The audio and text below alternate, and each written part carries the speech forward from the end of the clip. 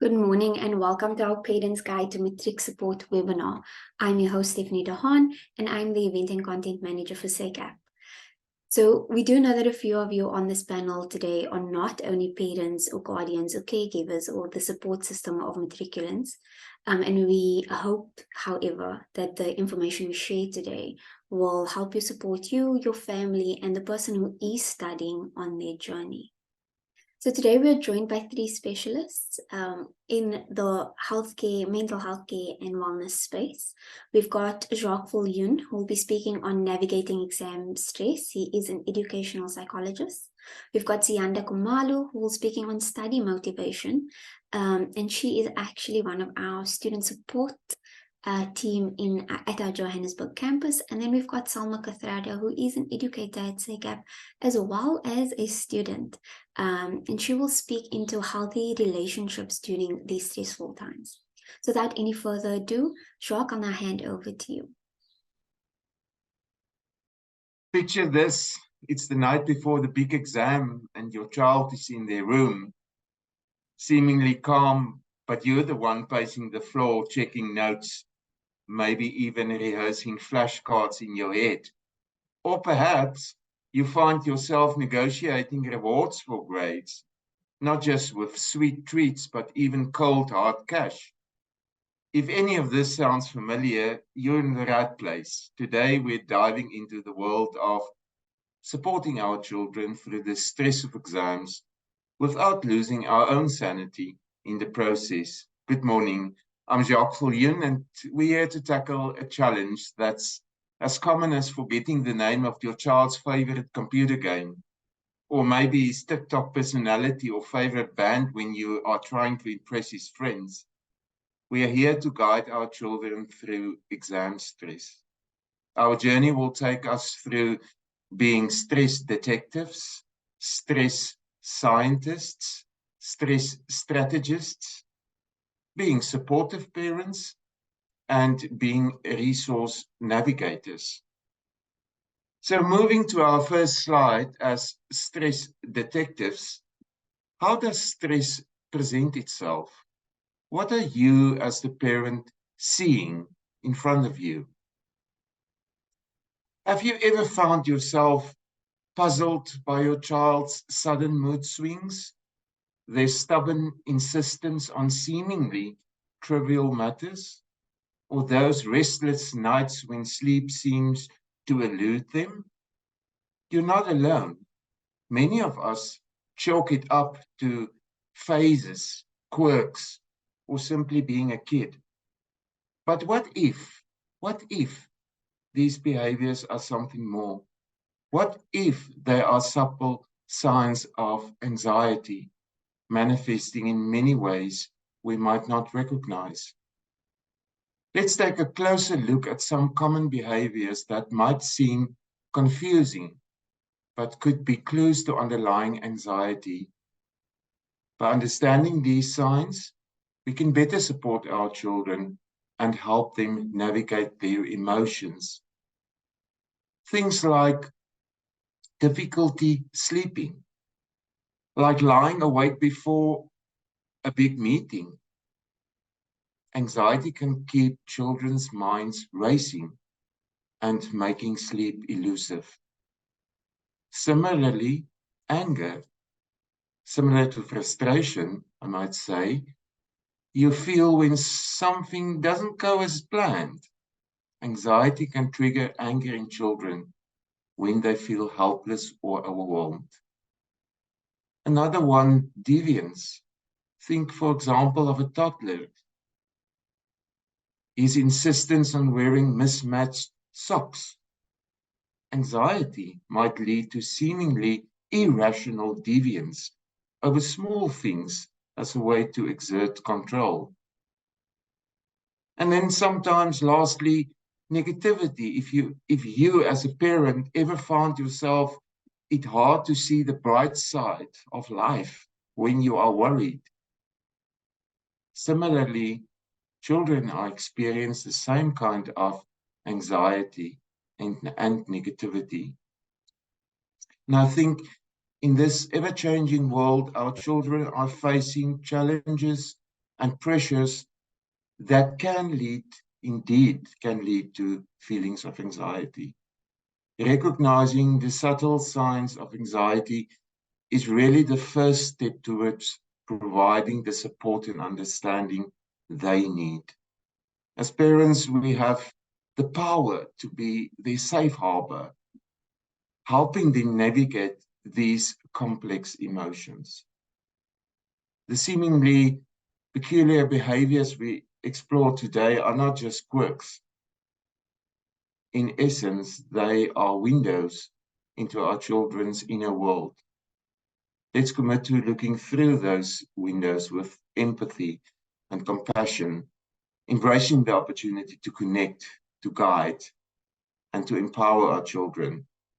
And really, guys, together we can create an environment where they feel seen, where they feel heard and understood. On our next slide, let's begin by understanding the root causes of exam stress. Picture your child. Let's call him John. John is diligent, always attentive in class, and consistent with his homework. However, as the exam season approaches, John starts to feel an overwhelming sense of dread. The fear of failure begins to creep in. The expectations from his teachers and himself mount. And the vast syllabus he needs to cover seems insurmountable. These are typical causes of exam stress that many students like John experience. From a psychological perspective, this stress triggers either flight, fight, or freeze response in John's body. His brain starts producing stress hormones, which can lead to physical symptoms as well as cognitive difficulties. However, this is a natural response to perceived threats, but when prolonged, it can harm John's health and academic performance. In this little example of mine, it seems like John has experienced the freeze response to stress, that overwhelming sense of dread, fear of failure, perception of insurmountable expectations, and workload are causing him to feel stuck or immobilized. This is a common reaction to high-stress situations like exams, where the individual feels overwhelmed and unable to act. It's important to note that while this is a normal response to stress, it's crucial to help John manage this stress effectively. Strategies such as open communication, relaxation techniques, ensuring adequate rest, seeking professional help if needed, can be particularly beneficial in this situation. You know, guys, parenting is a journey filled with unique challenges and joys. One of the most significant challenges is helping your child navigate the complexities of stress. And I think it's important to remember that each child responds to stress differently. Some may fight to act out, others may flee or withdraw, and some may freeze like John or become stuck in the response. For example, a fight response might look like your child becoming confrontational or even aggressive when overwhelmed by schoolwork. A flight response could be your child avoiding social situations that makes them anxious, like hiding in their room during a family gathering. A freeze response might be your child becoming immobilized during a test, unable to answer questions despite knowing the material. As a parent, your role is not to eliminate all stress from your child's life. That's neither possible nor beneficial. Instead, your role is to help your child learn to manage and respond to stress in healthy ways. This starts with recognizing the signs that your child is stressed. Once you understand this stress response, you can provide the support they need to regulate their emotions and reactions.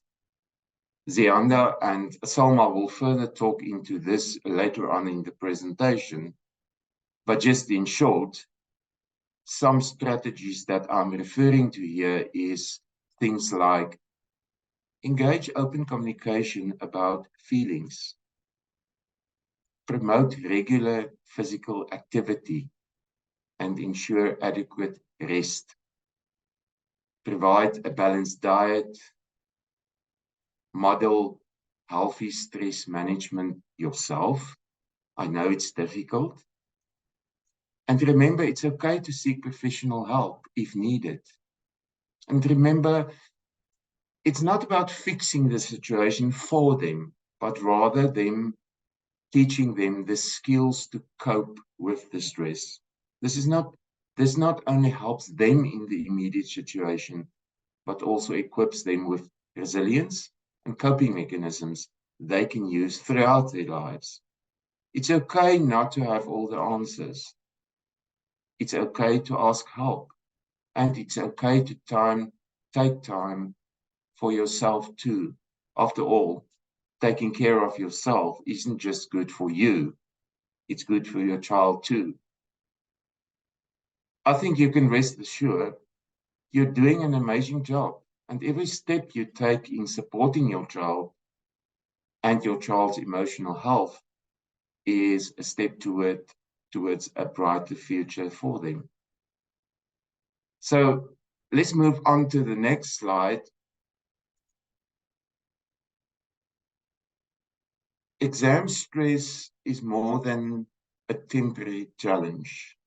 It's a critical junction where a child's performance meets their well-being, shaping not just grades, but the essence of their growth and their self-confidence. This intricate relationship between stress and performance isn't abstract. It manifests tangibly in our children's daily lives. On the slide, you will see there, on the mental side, stress could cloud children's minds, leading to familiar things like difficulty concentrating, increased worry about tests or social events even, and unpredictable mood swings. On the physical side, like adults, children experience physical symptoms of stress, such as sleep disturbances, digestive issues, unexplained aches and pains. And on the behavioral side, we know stress can even alter behavior, resulting in, as I said before, withdrawal from friends and family, even going as far as deviant or aggressive acts, experimenting with alcohol, drugs, and a noticeable change in academic performance. These signs are more than mere childhood quirks. They are indicators of a deep struggle that requires our understanding and support. And I think recognizing and addressing these signs can transform exam stress from a daunting hurdle into an opportunity for growth, for resilience, for well-being. But let's brighten it up a little bit. It's not all doom and gloom. Recognizing the same signs in our children is crucial for offering support and understanding. By understanding these signs, we can become our children's allies in managing stress, offering empathy, guidance, and tools to cope. There are practical and effective strategies that my example, John, can adopt to manage his stress. One of the most effective strategies is early and structured preparation. Instead of cramming at the last minute, John should break down his subjects into manageable chunks and create a study schedule. This gives him a sense of control and reduces the feeling of being overwhelmed. He can actually use techniques like active recall and spaced repetition to enhance his learning. Psychologically, this approach helps John feel more in control reducing his anxiety and improving his focus. It also helps him build confidence in his abilities, which can further reduce stress and improve performance. So on the next slide, we're zooming in where the real adventure begins, unlocking the secrets of being the superhero support team to our children. As parents, I want to tell you this morning, you are playing a crucial role in helping your child navigate exam stress. Let's just quickly go for a moment back to John's mother. Let's call her Mary. Mary can help John create his study schedule, ensuring it's balanced and realistic. She can also ensure that John is eating well, getting enough sleep, taking time for physical activity. But more so, Mary should also encourage open communication, because if John is feeling overwhelmed, he should feel comfortable talking about it. Mary can reassure him that it's okay to feel stressed and that she supports him. She can help him practice relaxation techniques and ensure he takes regular breaks. Most importantly, Mary should remind John that his exam results do not define his worth. She should emphasize that she's proud of him for his hard work and effort, regardless of the outcome of his exams.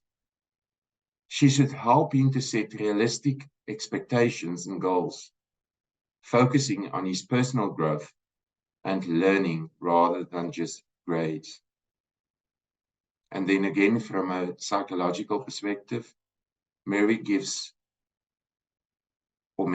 support gives John a sense of security and validation, which can significantly reduce his stress levels. That's two very important words. To have a sense of security and to validate. It's okay to feel that way. It also helps him develop resilience and coping skills, which I alluded to earlier. The takeaway sort of pointers I would offer here is encourage open communication about stress and anxiety. Remind your child of their worth beyond their exam results. Tell them it's okay, that it's just an exam and they are cut out for much bigger things in life. I think interesting enough to mention here is, do not think doctors and engineers are the only happy people in the world. Albert Einstein famously said, if you judge a fish by its ability to climb a tree, it will live its whole life believing it is stupid. So that makes a little bit sense of what is our expectations. So just to reflect on what we have discussed up till now, we have talked about the narrative of the so-called iceberg of success. This whole idea of what we see on the surface is only a small part of the whole picture. We see the grades, the accolades, the achievements, but we do not necessarily see the hard work, the perseverance, the resilience, the stress, and the failures that lie beneath the surface. Moving on to the next slide. This is where our discussion on tips to reduce your child's stress and anxiety comes in. I think the most important pointers I would like to give you this morning is speak to your child about their fears and worries. Help your child recognize the signs of anxiety. Create a positive environment where you praise, you support, and you encourage your child. Be a supportive role model and be aware of how you react yourself to stressful situations. And in this busy world and day and age, take time to listen to what your child has to say. And sometimes when you bumped into a difficult situation, explore solutions with your child to overcome stress and worry. And as I said earlier, don't be worried to ask a professional for help. These strategies are part of the unseen portion of the iceberg. They're the tools your child uses to navigate the challenges and pressures that comes with striving for success.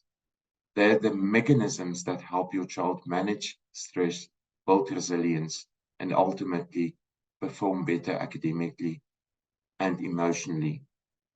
And just a second last thing, moving on to our next slide, just to give you some perspective here about stories of famous people who failed before they even succeeded. All of us know Walt Disney, and interestingly enough, his editor way back in time told Walt Disney he lacked imagination and had no good ideas. And all of us knows that he went on to create a cultural icon that bears his name. Another one is Oprah Winfrey. She's a billionaire with her own TV channel and giving away cars on shows. But do you know that she was fired from her first TV job as an anchor in Baltimore in the United States? And Michael Jordan, either he was part of the greatest high school roster of all time, or his coach made a huge mistake in cutting Michael Jordan from his high school basketball team. 6 championships and 5 MVPs later, Jordan became arguably the greatest basketball player of all time. So there is some method in the madness. You know, you not necessarily will achieve something the first time.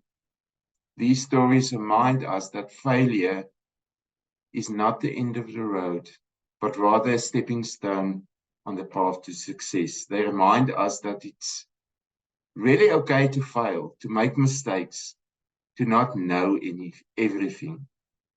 They remind us that success is not a straight line, but a journey with ups and downs.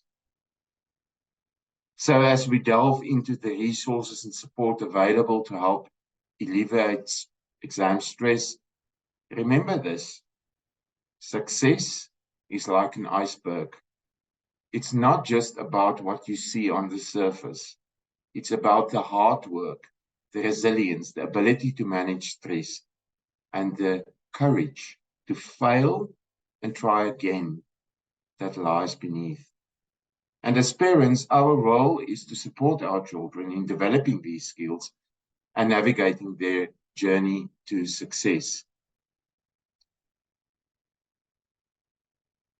You are a pivotal part of your child's support system, and there are numerous strategies and resources available to help you guide your child through the challenges of exam stress.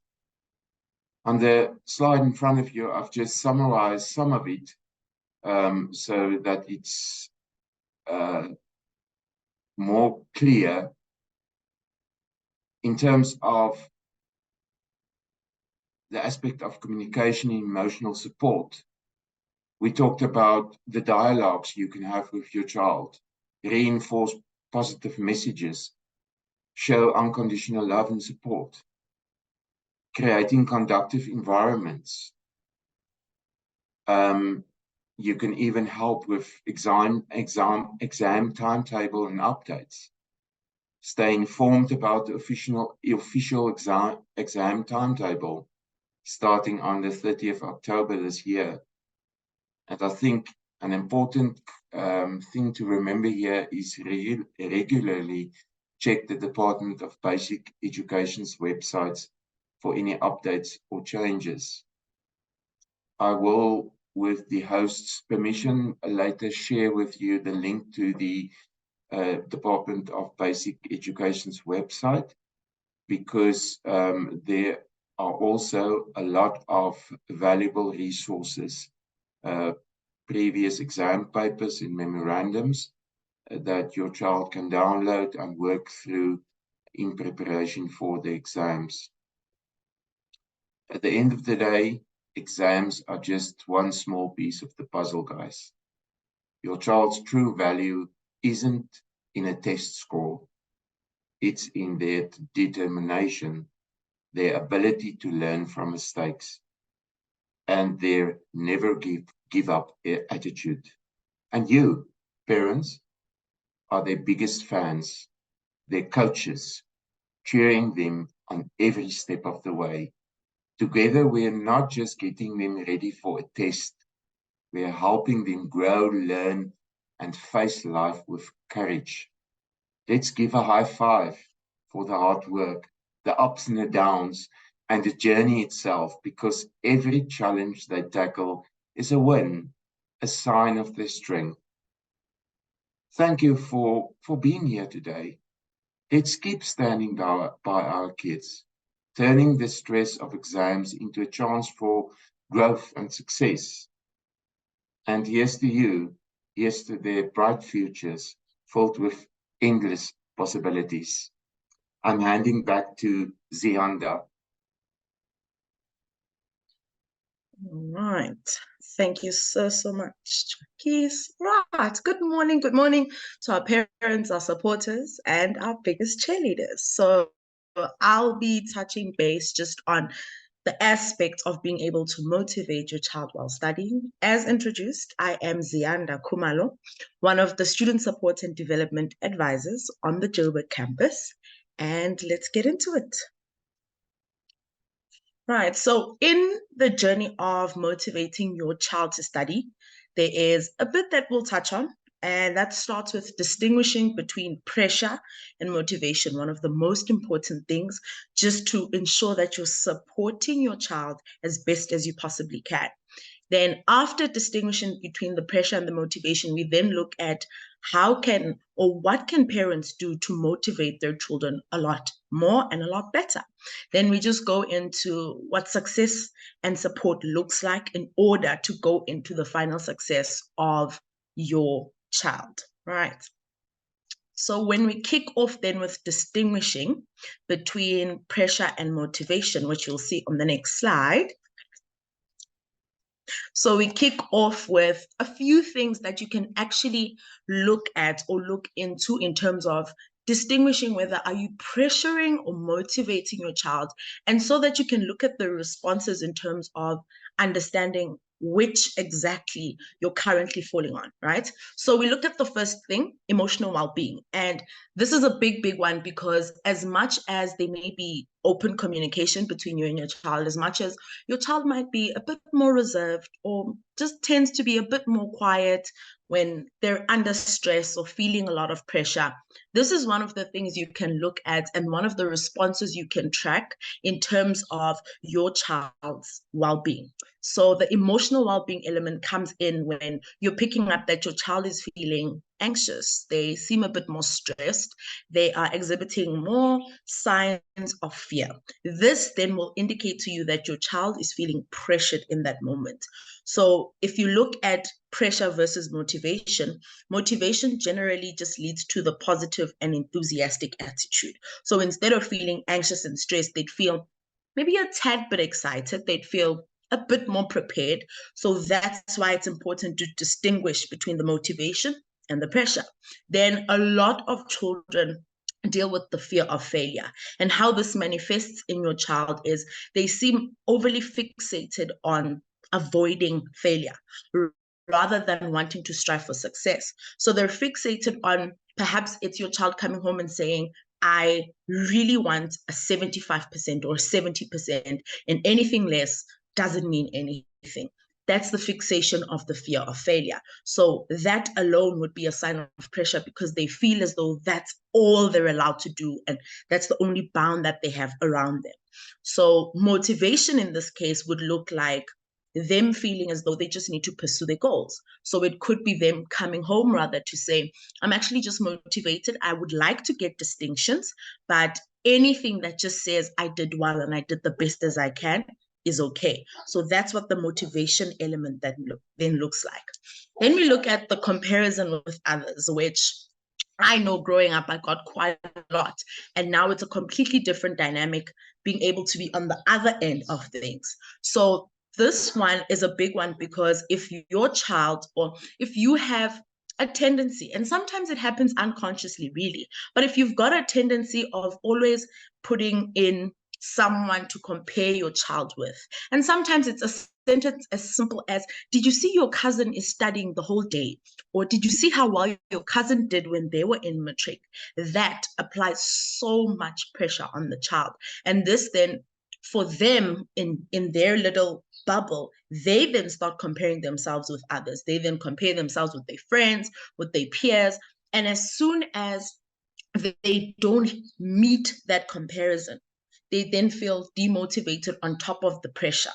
So in this essence, motivation would look like a child being positively reinforced to say, I'm aware that your cousin did 1, 2, 3, 4. You don't have to be that. You don't have to do that. You need to do as best as you can. So you need to be able to motivate their personal growth and improvement, not based on someone else, but really just based on them as the student. Then we look at the element of perfectionism, where if your child is very concerned or really just focuses on achieving perfection, and they're very critical, and it's very easy for them to beat themselves up, this is another sign of pressure. So if your child is practicing maths, for example, and they come to you and they say, I'm actually so irritated with myself. I practiced so hard, but when I did a mini test, I didn't get what I wanted to. That's them striving for perfection. And when motivation comes in, motivation says rather promote a healthy drive to improve, because what pressure does is it fosters unrealistic expectations. And the aim really is to have goals and expectations that are achievable, that are measurable. So the aim is to motivate your child to say, actually, I know you really not happy with yourself at the moment, that you didn't do bad, but let's look at all the good that you did. Then that also just highlights that now we're celebrating the small wins. So it puts them in such a space where they feel so positive and they feel so energized on the fact that maybe I didn't get all the answers I thought I would, but I got the ones that were really tricky. I still got those ones. That's what the motivation would look like. Then we look at physical symptoms. So this would be the most simplest one to pick up. When your child is complaining of headaches, stomach aches, they are struggling to sleep, they lose their appetite. That's another sign of pressure. As much as this could be a sign of stress, it can be linked to pressure as well. So it's important to look, if you're picking up those symptoms, what else can you link it to? So that you can now look at, is it more stress, general stress that they're feeling because of the challenging time? Or is it stress that they're feeling combined with pressure that they may be feeling at the time? So there could be multiple indicators, but those would be some of the physical symptoms that you can look at, right? Then if we move to the next slide, when we are looking at still distinguishing between the pressure and the motivation, we look at the element of the loss of autonomy. So the biggest thing that parents struggle with is allowing the sense of autonomy. And this does not mean letting your child do whatever they'd like within the exam season, but this just means allowing your child to say, I've set up a plan, and this is what my plan looks like. I can't work during the day. I prefer working at night. So during the day, I'll look at things lightly. But in the evening, if I'm sleeping late or my light is still on, it's actually because I work better in this time. If I'm maybe taking a nap during the day, it's because I studied and practiced throughout the whole evening. So you need to be able to say, let me give them room to say, I've set out a plan. Even if you go in and ask, what's your plan? What does you saying, I want to do this and this is how I'm going to do this, what does that look like? So you are able to then support what they have in plan rather than just going with the expectations that you have of them. So motivation really just looks like empowering your child for them to take leadership and ownership of their own learning, of their own journey, right? Then we look at the loss of interest, which does happen quite a lot, where a child feels so much pressure that they completely switch off. They completely lose interest in their other things. So other elements of their life, whether it's certain hobbies, certain activities they like doing. Maybe your child liked going to the gym and now they completely don't even want to step foot in a gym. You should look at that. And sometimes parents ignore it as, no, they want to use that time to focus or they want to use that time to study. The important thing to look at there is, are they saying it's something I don't like anymore? Or are they saying, are they practicalizing that I can go again when exams start getting a bit less pressureful, but right now I don't want to go in. It's important to look at that because we look at elements like exercise, elements like nutrition for the student. So it's very important for you to look at if they lose interest in things they usually love doing. Why? What is the cause of that? That's what you need to break into. Then we look at avoidance behavior, right? And in the case that a child feels pressured, so as much as I said they lock all together, what this then also looks like is aggressively procrastinating. So even in conversation, they'll constantly be like, I'll study later. I'll do it later. Then later comes, I'll double check it tomorrow. I'll make sure that I practice tomorrow. That also is a sign that they feel pressured. So then comes in that fear of failure, because now they're avoiding failure by putting themselves in a bubble of, I'm going to avoid it. I'm not going to focus on it right now.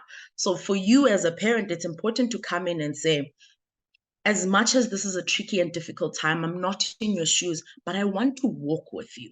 I want to hold your hand and say, how can I help you? How can I make this easier for you?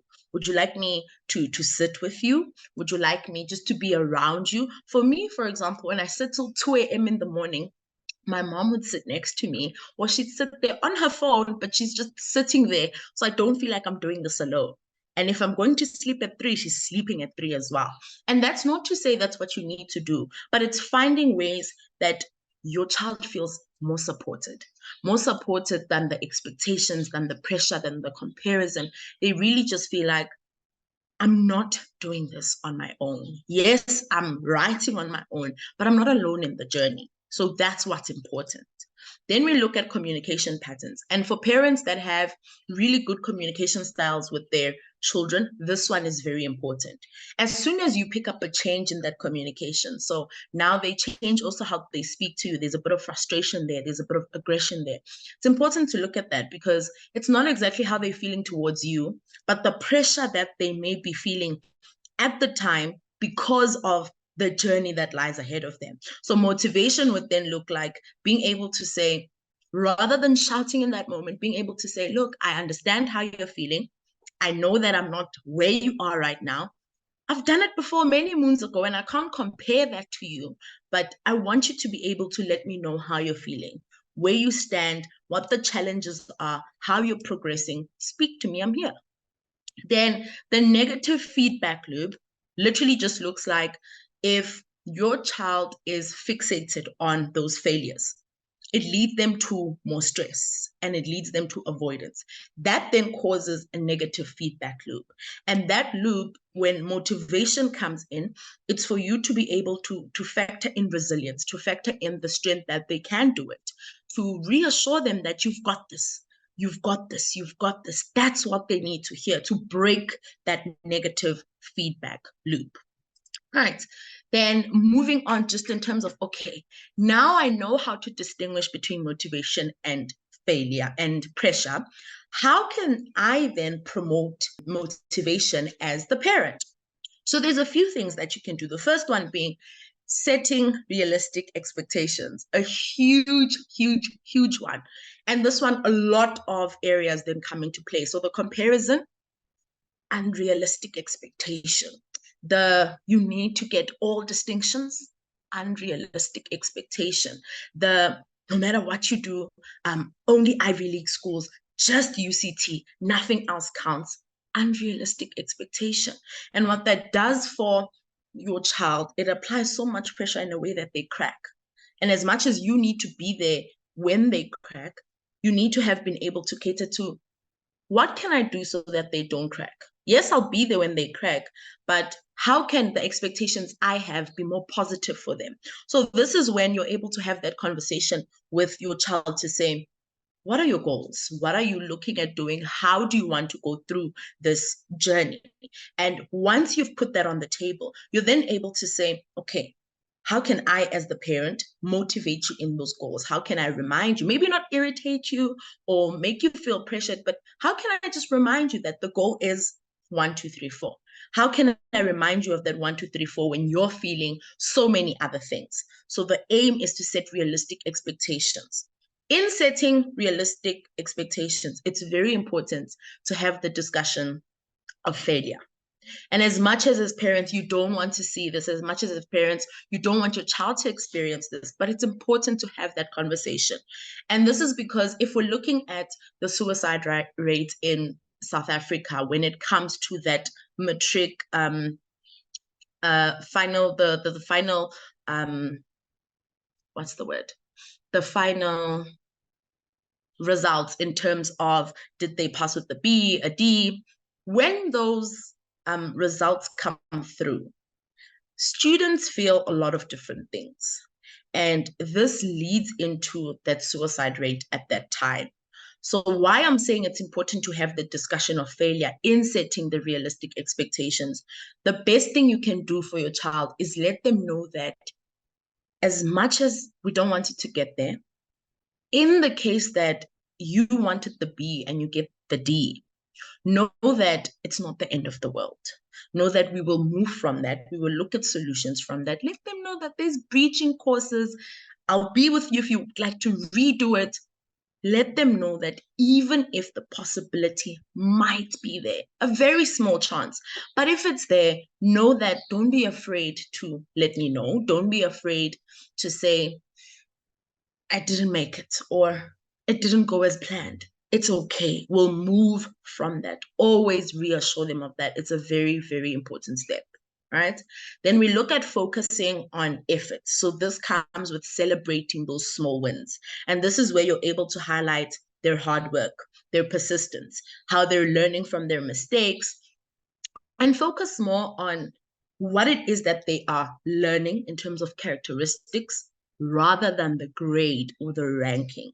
And what this then looks like is, instead of focusing on, oh, for the prelims, you got distinction on maths, good, you're going to get another one.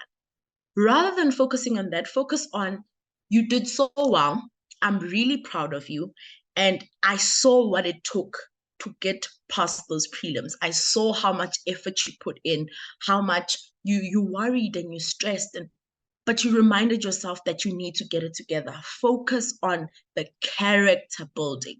If you can focus on that, then they will align the emotion and the feeling of it to wanting to feel that again. But if you focus on the grade and the ranking, as soon as they don't hit that, it then puts them in a negative feedback loop.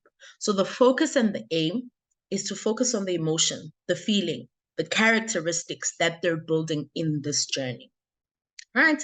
Then we've got celebrating progress. The biggest thing that this does is give your child that moment of, yes, I did that. I did that. And you need to give them as many of these moments so that they know that even if the moment is not the same or the moment is less the next time, they're able to associate it with, But the last time when I did less, or I didn't do as well, Mom, Dad, they still said, well done. They still said, you've got this. They still said, you'll get it, don't worry. Celebrate the small wins. Don't just throw the expectation on the finals. Celebrate the tests, celebrate the preparation, celebrate the prelims. That all leads to that final moment of you did it, right? Then providing support. So this one is another huge one, because what tends to happen, two things. Either you become the helicopter parent, and it happens, and it doesn't mean that you're a bad parent either. It doesn't mean that you're forgetting how to parent. It just means you're so worried that you want them to do well, and you also don't want them to sit on the leg of, I couldn't do it. But in that, you need to, at this point, especially if you feel like your emotions as a parent override everything, you need to be able to bracket that. And what that means is you need to be able to put that in a box, put it at the back of the room somewhere, and you'll come back to it when you're alone. But with your child, you need to be able to say, I'm creating a safe space for you. I'm creating a space where I'll constantly reassure you, where I'll constantly have your back, and I'll constantly be able to say, when you're not okay, when you're feeling the pressure, when you didn't get the result that you wanted, come back to the space. So create that bubble for both you and your child. Then we look at promoting balance, which I know growing up was a huge, huge thing. So for me, my parents were those parents of, let's lock you in a room. You need to study. You need to make sure that you get it done. Nothing else is important. Switch off everything else. And as much as now I can understand how much they really just wanted me to get through it, now I also look at it and think, would have liked to maybe go out for lunch on a Saturday just to take a break, because the books were really, really, really making me stressed. So when I say promote a balance, encourage your child to take the breaks. Encourage them to, if they love the gym, keep going to the gym. An hour. You can come back home and practice and study however much you'd like. Allow them to still have their social interactions. There's moments where parents will, for example, take away phones of their children. And as much as that is not a bad thing, rather than taking it away and saying you'll see it after exams, take it away on the weekend, maybe a Saturday or a Sunday, 2 hours.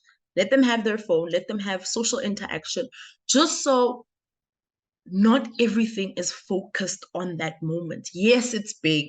Yes, it's very important, but they've got lives outside of that moment. And that's what we need to focus on. That's what we need to look at. So they also feel like it's not just being in matric, writing matric. They still matric dance, they still going out with friends, they still, I'm getting old enough to do my own things. You need to be able to encourage that so that you're able to promote the balance, so that your child can always have the moment of, Mom, actually, I think I have a bit of a blockage happening. Can we go out for coffee? And I think when I come back, I'll feel a lot better. If you can encourage those moments, you would have supported them way more than you think, because they will not then be fixated on the grades, the grades, the grades. They will know that the grades, but also the character, the person that I'm building in this journey, right? Then we look at encouraging intrinsic motivation. So all this looks like is helping your child discover their personal interests, help them discover their why, so their reasons for studying. This leads to motivation that in most cases rarely ever breaks. And why this is an important step is because that promoting a balance means being able to say to your child, it's not just, you're not just the number. You're not just the A, the B, you're not that. You are a person who's going to receive that A and B, and that'll mean 1, 2, 3, 4 for the rest of your life. That'll mean that I'm proud of you. That'll mean that we're looking at what you want to do. We're looking at what this will mean for you. Those are the type of conversations you need to have. You need to make them understand that it's important to know why you're studying. We hear it a lot when students say, I'm studying because I need to pass. as much as that is a reason, that's not a reason they can fall back on. Because when they hit the negative feedback loop, passing looks very distant. But if they can sit there and say, I'm studying to make my mom proud. I'm studying to make my parents or my support systems proud. I'm studying to get into some of the schools and university institutions that I really, really like. I'm studying to be able to finish this journey and start the new phase of my life. Literally ensure that you motivate them in such a way that they're able to look at those elements in their lives. Remember, after matric, when that pressure now sinks, it's like, okay, now they're going to feel even more pressure because life is starting to life, basically. So if you can already practice these things now, it becomes so easy when they're done, they're able to go back to my reason to study was getting into that university. Now that I'm in, my reason to study was becoming an engineer. Now that I'm in, let's focus on that. It's something that they can constantly work on. That's the aim. Right. Then when we look at the next slide, these are just questions or moments where you can reflect as the parent, right? And this is where you can ask yourself, what type of support am I giving my child? How can I track the support that I'm giving my child? And that first question, which you'll see pop up now, that first question of, do you feel fully supported by me? That's something you can both sit with yourself and ask, am I supporting my child enough? But it can also be a question where you have that conversation with your child to say, do you feel fully supported? And allow them also the space. Remember creating that safe space. Allow them the space to talk freely. And talking freely doesn't mean allowing them the space to disrespect you. It just means allowing them the space to say, I'm not okay. Allowing them the space to say, I'm worried, I'm stressed. I really feel 1, 2, 3, 4. If you can allow them that space to crack in that moment with you, it saves you from them cracking within the journey and you don't know of it and you have no idea.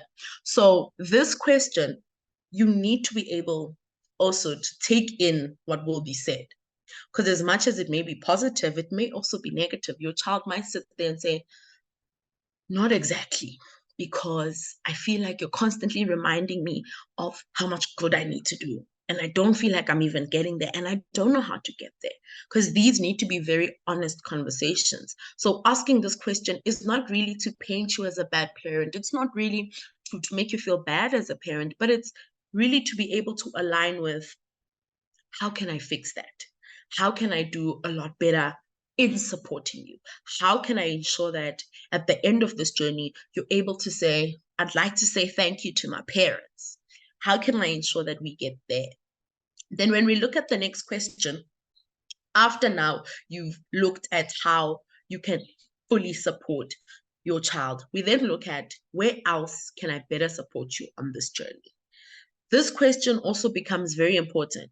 And this doesn't mean if your child answered to the first one, yes, I feel fully supported, that you don't ask the second question. This is still a question you should ask, even if they stated that they feel fully supported, because they might be fully supported, but they don't know what anything else would look like. So then this is why the question of, where else can I better support you on this journey comes in. And this question, it doesn't have to be things that are out of reach. It really doesn't have to be things out of reach. Being in matric is one of the most emotional journeys a student can go through. Just as a person, it builds so much character and it builds so many habits that you get used to, because that's your break between I'm preparing for a big step of my life, and that's your break between I'm leaving a step that I've lived in for so long behind as well. So because of the emotional element in it, the support, it becomes such an important thing, because that could make and break what this journey of leaving and stepping into looks like. So that question of, where else can I support you on this journey?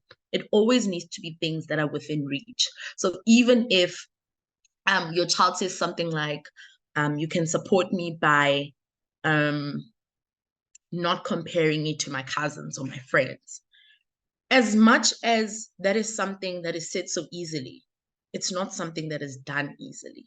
So what needs to then happen when that comes into place, please just remember that that journey means that you also need to assess a lot of things as the parent.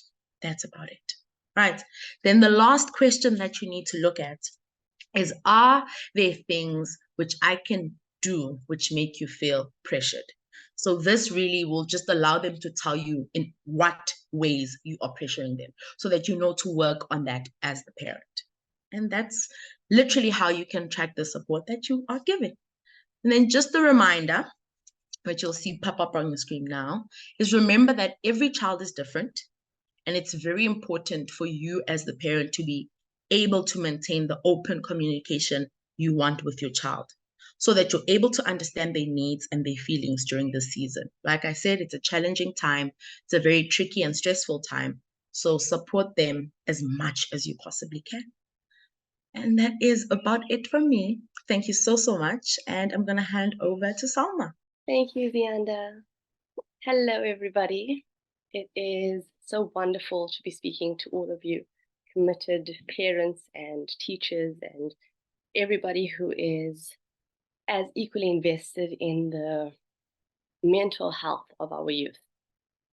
I know that we've already received a lot of really valuable information.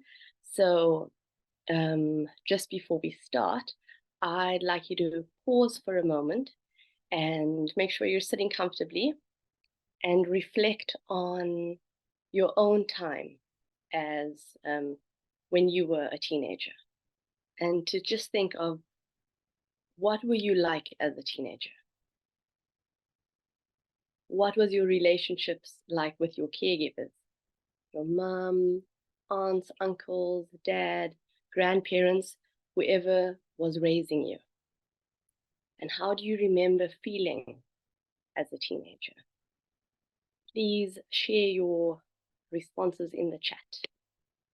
Okay, sometimes happy, sometimes rebellious. I was a real scatterbrain. Those are some of the comments that we've received. I felt ignored, left to my own devices. Okay, when I think quiet, when I think of my own adolescence, it was definitely a time of deep misunderstanding. Ambivalent, did not receive any support from my parents. I love that, you know, having had these difficult experiences, you're here supporting your children differently. I had no voice and I was compared.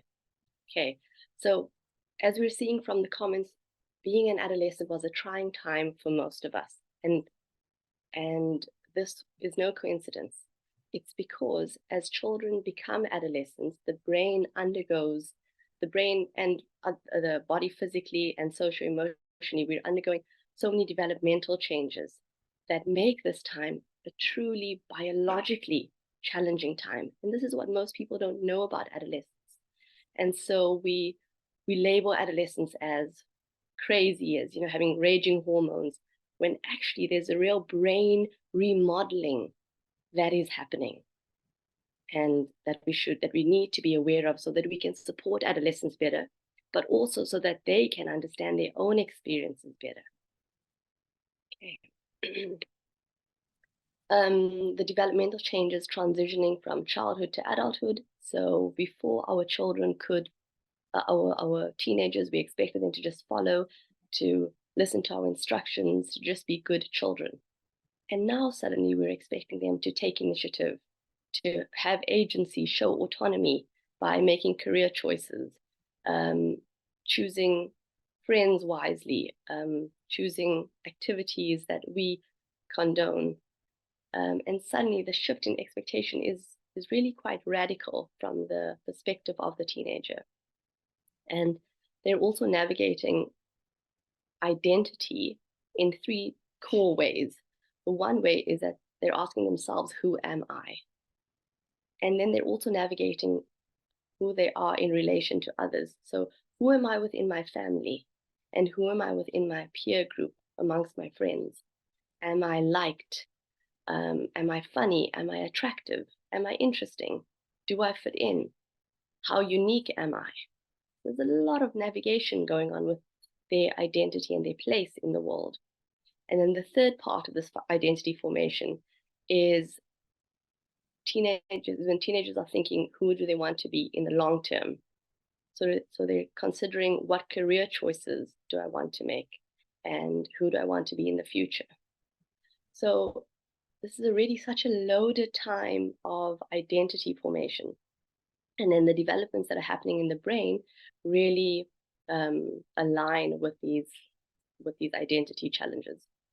And some of the neurological development that's happening is that the prefrontal cortex, which is the part of the brain that is situated here in the front, and it's responsible for high-level cognitive functioning, which includes planning and decision-making. So think of preparing for exams, preparing for assignments, meeting deadlines, and then monitoring appropriate behavior, which adolescents are infamous, for not doing that. They're infamous for inappropriate behavior. And then self-awareness.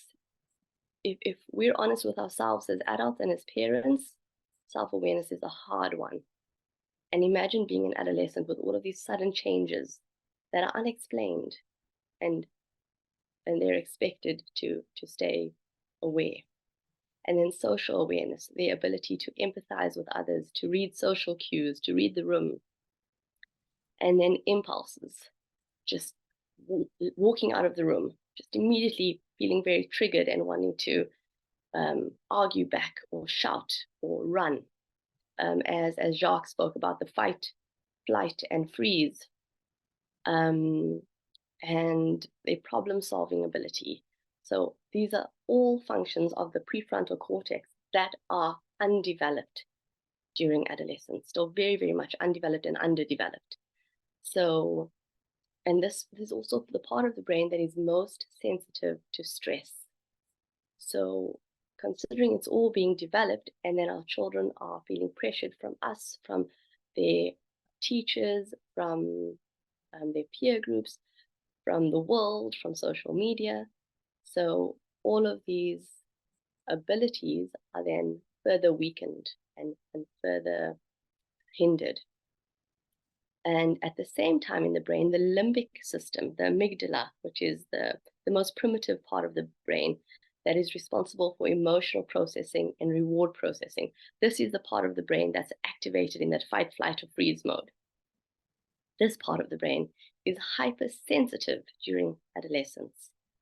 And that's why we experience our teenagers as emotionally reactive, as reward-seeking, risk-taking, and impulsive. Okay, does this sound familiar? So it is no wonder, if we look at the next slide, that teenagers get the bad reputation that they do, where they're seen as rebellious and stubborn and withdrawn and closed off and dramatic, when actually they are just experiencing all of this newness within their inner worlds. So now that you understand a bit more of what's going on within your teenager's world, I'm really curious to know, for you to pause and reflect again on yourself. So everything sounds pretty dismal and negative at the moment about the changes that adolescents are going through. But this is also the perfect time for change, the perfect time for an intervention. And that is because of this incredible process called synaptic pruning. That is where the brain is strengthening the neurons that are being used, and the ones that are not being used are weakening. And you can liken this process to pruning a tree, where certain leaves and certain branches we may want to cut them down and neaten the tree and allow others to become stronger and use the resources that the tree is receiving. And similarly with the adolescent brain, because of this process of synaptic pruning, whatever is being used, so if they are going for dance classes and if they are building their social awareness, and these will become stronger abilities just because of the neurological development that is co-occurring. But if they are really passionate about chess, for example, but they don't have the opportunity to do that because of the unbalance that Ziyanda spoke about, and maybe they're so preoccupied with exams and they don't get the opportunity to continue strengthening their chess skills, which is something they're also really passionate about, then that ability will start weakening neurologically. And that is why creating an integrated teenager where they're allowed to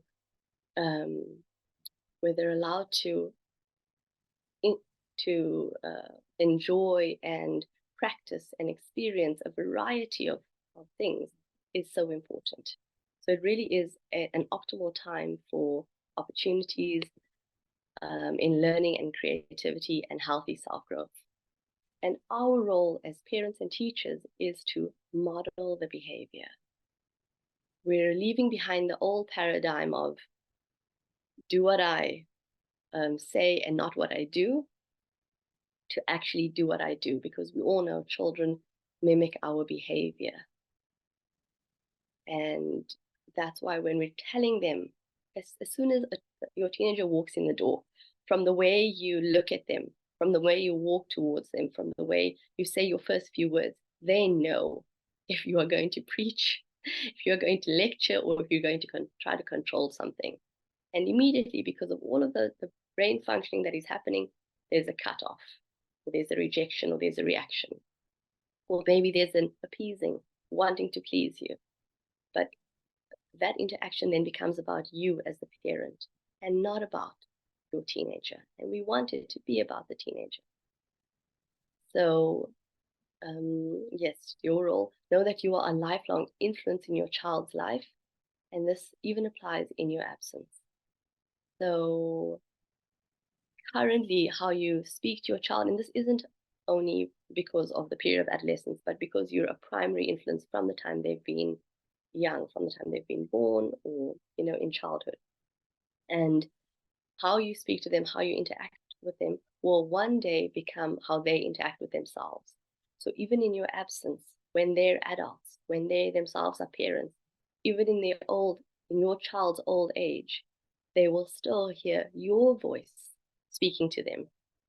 If you think about when you go through difficulties in your own life, and when you go through these difficulties and you experience self-disappointment or failure, what are some of the things that you say to yourself? What are some of the ways you react to yourself? Whose voice is that? When you say, oh, I'm so stupid. Or, gosh, I could have done better. What was I thinking? Or everybody thinks I'm an idiot. Whose voice is that? It's a really great practice to go and look at the influences from our own primary caregivers. So the best way that we can support our teenagers is to improve our relationships with them. And in improving this will help them navigate all the other challenges that they are going through. So as important as academics are, this is something that both Jacques and Ziyanda emphasized as well, just as important as academics is our relationship with our teenagers. Okay, so now that you know a bit more about the time of adolescence and how challenging it is, I want you to reflect to yourself and to take your attention to yourself and ask yourself honestly, why are you here? And please share your comments in the chat. Why are you here attending this webinar?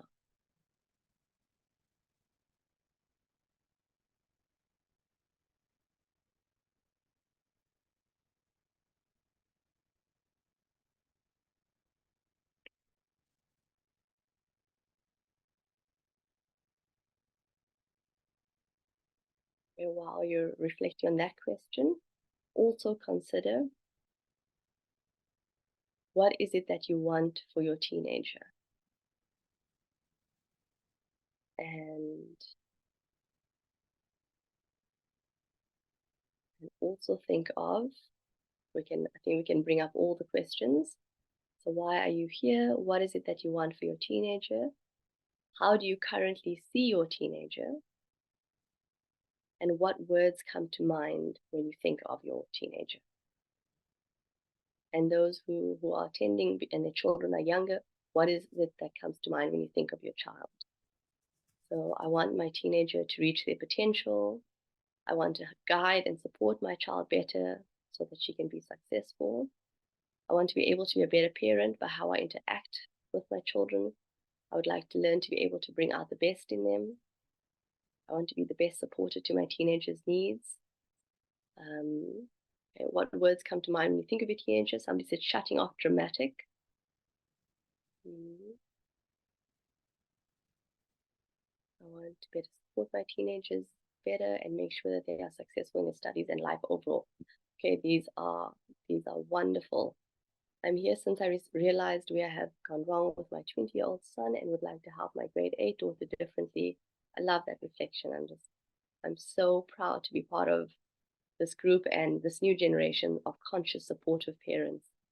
My son suffers from anxiety, and I believe that I need to sharpen my own skills to walk along my children differently. Thank you so much for that comment. You've taken us so smoothly into the next slide. So if you look at the ways that you described your teenager, and even if you didn't write a comment in the chat, just think of how would you describe your teenager? Are they withdrawn? Are they lacking in self-esteem? Are they very self-conscious? Are they insecure? Are they rebellious? Are they moody? And then think of where in yourself can you find these same qualities? When in your own life do you display these same characteristics?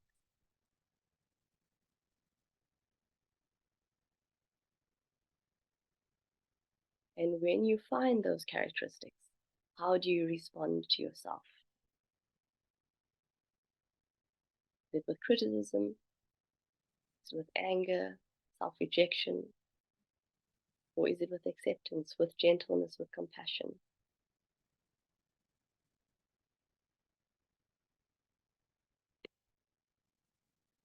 And when we are being honest with ourselves, we'll see that we are parenting our children from a place where we feel inadequate.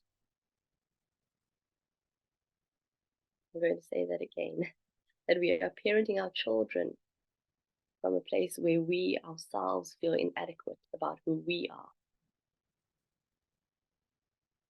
So as an example, if I really want the approval of if I really want as an adult the approval of my mother, and my teenager doesn't like my mother, and my teenager, whenever we're there, is moody and distant, I become anxious about my own relationship with my mother. And so I start shouting at my teenager, what's wrong with you? Do you know how much she does for us? You need to be kinder. You need to show some respect. Instead of climbing into my teenager's world and saying, well, what is it about Granny that you don't like? What is it that makes you feel closed off? This type of parenting and relating to children that I've been speaking about comes from this very modern parenting approach that's known as conscious parenting. And the sort of founder of conscious parenting is Dr. Shefali Sabari. And she takes a dramatic departure from the more traditional authoritarian way of parenting, which says, listen to me, I'm the parent, I know best, just follow, to this more trusting, and this is in the second quotation that says, from an abundance-based model, we can say to our children, I trust you. And think of, could you say this to your child? I know that I've parented you well. Could you have trust in your own parenting ability, that you've parented your child well for the last 10, 15, 18 years of their life? Could you say that?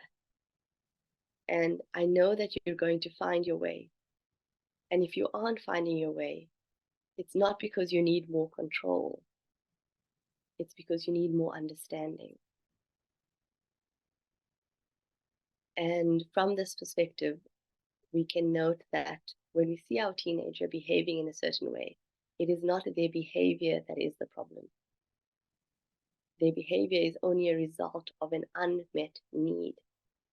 So they are trying to communicate something with their behavior, but they don't yet know what that unmet need is. And this is more present with children who have less space to express themselves. So if as a parent, I'm very controlling, then my adolescent will be more out of touch with themselves because there's more of me in their space, so there's less of them. So in order for you to access your adolescent and to help them access themselves and start growing in who they truly are, we can only do this through real listening. And real listening means getting yourself out of the way. So doing all the reflection stuff that we've been doing on a daily moment-to-moment basis, and listening with real patience, love, and genuine concern. And only then can you and your teenager explore their inner worlds. And I also realized that it's now the end of my talk, but I did not introduce myself. So I am Salma Kathrada. I am an educator and a student at SACAP. And I'm also a mom of a toddler. And you know, they say that toddlers have just as bad a reputation as teenagers, where they call them three-nagers and terrible twos. And that's because similarly during that time of development, the brain is undergoing dramatic changes. And when we don't know this on the outside, we label. But when we can understand what's going on, we can be so much more compassionate and holding in a way that most benefits our children.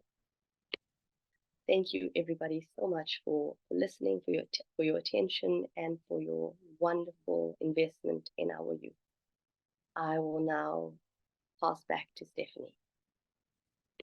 Thanks so much, Salma, and just thanks so much to our panel.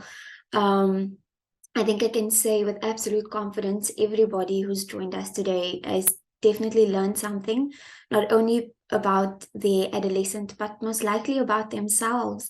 And listening to all three of you, if my mom ever hears this, I just want to say thanks for all the support that you gave me.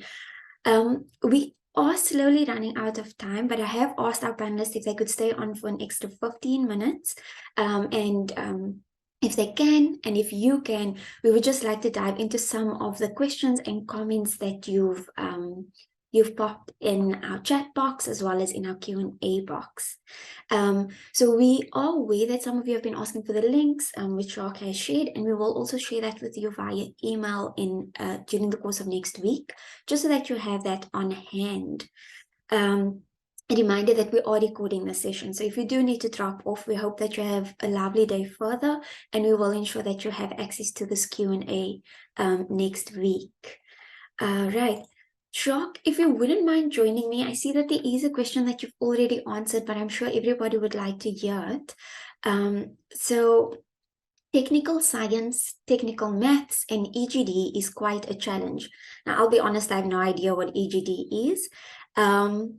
So this parent says that we use tube and whatever the educators advise, but I think it's not detailed enough. One gets lost sometimes. How can one bridge that gap? Oh, Jacques? Yeah. Still there we go. Thanks. Yeah. Sorry. Yeah. I think in essence, it's important. Those subjects are, in some schools, those three subjects are somewhat new subjects. EGD refers to technical drawings. And I think best would be to sort of see if one can make a connection, first of all, with the educator, because the educator in charge of that module, that specific module, the same with the math one, technical math, would be the best person to point to either a free workshop or additional material, or the what is it called, the EDC, in the area, where that parent can specifically gain more information on that specific subject. I think it's also important that one determine what is the specific area of the subject that the child is struggling with. Is it basis understanding? Is it a specific technique within that subject, so that one can sort of focus in, hone in on that specific area of difficulty for the student, and then can build your support around that, whether you are going to ask. Some schools I know do offer extra classes in the afternoon in certain subjects. Maybe just inquire from the school if that's a possibility, or whether they are aware of other schools in the area which is providing that support offering. Most of the time, these within the bound of school, that type of service should be a free service, at least. But I have responded to, I think it was a gentleman. I hope this helps, Stephanie. Yes, it does. And our attendees can see that answer. So thank you so much. I just thought it would be really lovely for anybody who might have missed it. Ziyanda, if you don't mind joining me on screen, I do believe you have something to add to this answer. Yes, thanks, Steph. So specifically with EGD, I'm going to focus on that one because it was one of the subjects I took as well, so I know how it can get. But just on the EGD or any technical subjects, the difficulty there, and I can understand already that the difficulty in the question is also you as a parent not being able to assist because you're not equipped in what it is that the subject is requiring. So I think the biggest thing for me, which I've also picked up with EGD teachers. So what tends to happen also with the EGD teachers is the teacher is able to relay the information, but the students, if a student disconnects from the teacher in the time, the biggest struggle then becomes now they don't understand the subject moving forward at all. So the biggest thing there that I'd say definitely look into is getting additional support. So even outside of the teacher. So whether that is extramural classes, whether that's a tutor possibly that did EGD, or even their classmates that they're perhaps close with or are friends with, just building a relationship with them so that you're able to then cater to what it is that the questions are. So they come in such a way that they feel a bit more supported and it's making a bit more sense, because those drawings can be hectic. I'll confirm that myself. So the biggest thing there, look at extra support. Also look at what that would look like for your child and how that would help your child, because sometimes it's not really the subject, it's the connection to the educator. And perhaps there's nothing wrong with the educator or the teacher, but it's really just your child in that moment isn't getting it, and they need to rehear it from someone else and re-see the drawings and the explanations of it from someone else. That helps as well. Yeah, thanks, Steph. Lovely, thanks. And I'm going to ask you just to stay on. We have a question from another attendee. My son is firstborn and I always want him to be a role model or good example to his siblings. Could I be pressuring him? So I am aware that you have responded to this question and to this attendee, also with your own experience. But I think for anybody else or any other parents on the chat or attendees, sorry, who might have the same thought, if we could just maybe share with them what that relationship is like.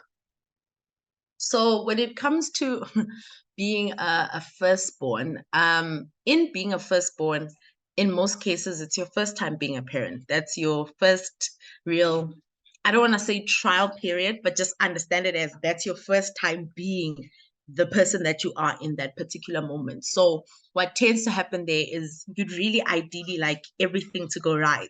You'd like ideally everything that your child does to be the pivotal moment, to be the example moment, to be the best that it can for perhaps any siblings that they might have. But the thing that happens in that is you tend to then apply pressure even if you don't know it. And that's because of the expectation that you've laid that I need to be the best parent that I can because I'm a first-time parent. But if there are siblings in the picture, then it becomes my child ideally needs to be the example or needs to be the leader in what that looks like for the rest of the children. And the biggest thing or biggest reminder I'd have there is even if you've got 3, 4, 2 children, they are not the same people. Yes, they come from you, sure, but they're not the same people. They've got different characteristics. So you can't necessarily even compare them. Their personalities maybe don't even match. One's a firstborn, one's a secondborn, one's a lastborn. That dynamic is not the same. So even if that does perhaps happen or you do it unknowingly, the biggest thing, especially for that firstborn, is just reassuring them that it's not on you. It's not on you. Go about this as best as you possibly can and do what you would say is the best thing that you can do. Whether your brothers or sisters do the same thing, that's completely up to them. That's on them. We'll get to that bridge when we need to cross it. But right now, allow them to focus on them. Allow them to focus on them. The pressure of being an example, it can be quite hectic. So if they can focus on them, that works really well. Yeah. Lovely, thanks. I think also being the firstborn, I can agree with you on that. And I think I can say from personal experience, your children will also realize that they are different, and that they have their own strengths. Salma, if you don't mind joining us on screen, I see you also have provided some insight to this attendee. But again, I'm sure there are other attendees who maybe have the same experiences. So my son has effectively managed anxiety through doing Taekwondo. Now, as a young adult, seems to be experiencing anger management. Easily pushed over the top, punching his fist against a wall. How can I support him since he refuses professional help? And I think it's also important for us to note that this could present itself in various ways in other adolescents. Yes, absolutely. I did type a response. Yes. And I also want to empathize with this parent because to see our children suffering in this way is heartbreaking. And often our response can naturally be quite overwhelming because we're so concerned. But with such a strong emotion as anger, it's so important to step back and give our child that space that they need to express something that is really just not healthy to contain within. So if your child is closed to having a conversation about it, then show your support in a non-verbal way. This may be to buy a punching bag for them, and or to maybe buy them a voucher to go to a shooting range and to shoot some bullets, or do something that helps them express that anger in a way that is healthily outward. So it can still be an externalization, but in a healthy, safe way that doesn't hurt them and that doesn't hurt others.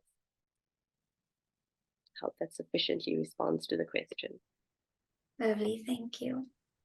Ziyanda, we do have a follow-up question on motivation. So how to motivate boys to study when their focus is on sports and they have hectic schedules? This attendee says that time management, etc., is a foreign concept for my son. So the best thing in that case, I've got a brother, very big on sports as well. The best thing in that case is really just looking at how you can sit your son down and actually say, okay, let's make a plan where we can schedule everything in and cater everything in. So even if the sports schedule is already hectic, you can work around it. And already that allows for a way better relationship, because then it's you actively then saying, I want to help you make a plan for it. I want to help you say you're planning towards it. And that'll help your son also just see that, oh, actually, I've got the support that I need to make it work. And the biggest thing is also don't start by, you need to focus on your book, so let's take away soccer. Because that also could cause more damage really than assisting them, because then they just go back into the negative feedback loop. So really there, it's trying to look at how can we do the best that we can with what we have. So even if that means continue with soccer, but on training sessions, perhaps they have more training sessions than they need in the week. Perhaps you can say, okay, which training session do you feel like you can miss, and coach won't have a problem with it, and you can just account for your books. It's suggestions like that that really, really take an important role. But if you can really just sit them down, try make a plan with them, set up something that works both for him, for soccer, and for you, to see that, okay, there's something outside of just soccer. Yeah. Lovely. Thanks so much, Ziyanda. Would any of our other panelists like to add before we move on to the next question? No? Awesome. Salma, we have a question, and so this is a follow-up. Jacques did answer the initial question in the chat box, but Salma would like to respond to this. So this parent is speaking about the relationship with the child, and she says that our relationship is and has evolved. He is my first child, and I think as a young child, we were parents who put certain expectations and pressures on him. We were young and didn't know the negative effects this would have. I'm trying to re-engage and change the conversation, and would love to see myself as a conscious parent, but I think my son still finds it difficult to see the new parent and the new perspectives we are trying to have. Okay, I want to acknowledge this parent, because it is so hard to shift how we parent. And the old paradigm of parenting is still present in a lot of us. So to slowly start practicing and shedding that old way is the only way we can do it. But considering that your child knows you as the old parent that you were, and because of that, that the old parent way doesn't really hold space for the child. So their trust in, they're feeling safe with you, their trust in you has been damaged. And that, unfortunately, cannot be changed in one go, unless you and them are open to something like family therapy, which is incredibly effective in creating a safe space for these conversations and these changes to occur. But if it is just in the natural home environment, then what could be very effective is, and this would also be probably the only way, is with time to show that you are a different kind of parent. But I can already hear from your response that you're trying to show them that you're different. And in your trying, every time you're going to almost be wanting to prove something and then assessing their reaction. And that might put some anxiety into the space. And children are phenomenal in picking up everything that is happening within us, especially teenagers. They're more attuned to what's going on within us. So to not do that, but rather just be this new kind of parent for yourself. Really just do it because it's something that's important for you, and it's a way of parenting that you wish to embody. Don't do it because you're trying to show them something or prove it to them. So in that way, after every interaction, no matter how they've responded or not responded, if it's just withdrawal and stonewalling and removal of self, you'll still feel fulfilled knowing that you're being the kind of parent that is important to you. So your behavior is not tied in with expectations of your child's reaction. I hope that answers the question. And this applies to all the parents who feel that the children have just shut them out. And Thanks. often the way our children behave is because of that. That's how they're feeling. So if they're shutting us out, it's because they're feeling shut out. And that's most probably or possibly because we haven't created a space for them in the relationship. Wow. Thanks so much, Salma. I know we are slowly running out of time, so there's just one last question. And Ziyanda and Jacques, I think you're both well equipped to answer this one. So how do you encourage your child not to give up after realizing that their grade 11 APS score does not meet the requirements of studying the desired choices? But as a parent, you have hope that she will make it by the end of the year because you see there is potential. Ziyanda, I think I'll ask you to answer first, and then Jacques, you can follow up. Thank you. All right, thanks, Steph. So with that one, comes that point that I made a bit earlier, just in terms of having that conversation of failure, and again, having it, not promoting it, but really just also reassuring her in terms of, you do believe that she will make it. Then just adding that in you believing that she'll make it, she should know that it's not the end of the world. She should also know that in the case that she doesn't meet that APS score now, there are other ways of getting into that program. And what you guys can actually do is also look into the ways of getting into that program. So whether it's breaching, whether it's starting off in a different qualification to go into that one, that'll help her just in feeling also the support, because you're catering to that what if at the back of her mind. So if you're able to sit down with her and say, actually, I know you're worried, so let's look at all our possibilities, let's look at all the options on the table, so that you know that even the pressure that you're putting on yourself because of that worry, you don't have to put so much pressure on yourself, because whether that APS scores like this now and doesn't look different at the end of the year, or even if it does look different, what are our options? So if you can practically lay it out for her, because as much as she may feel you supporting her, perhaps the fact that she can't practically imagine another journey or another path into that, that's also what's demotivating her, because she just feels like there's nothing else to it. So looking at other options practically will also just help her.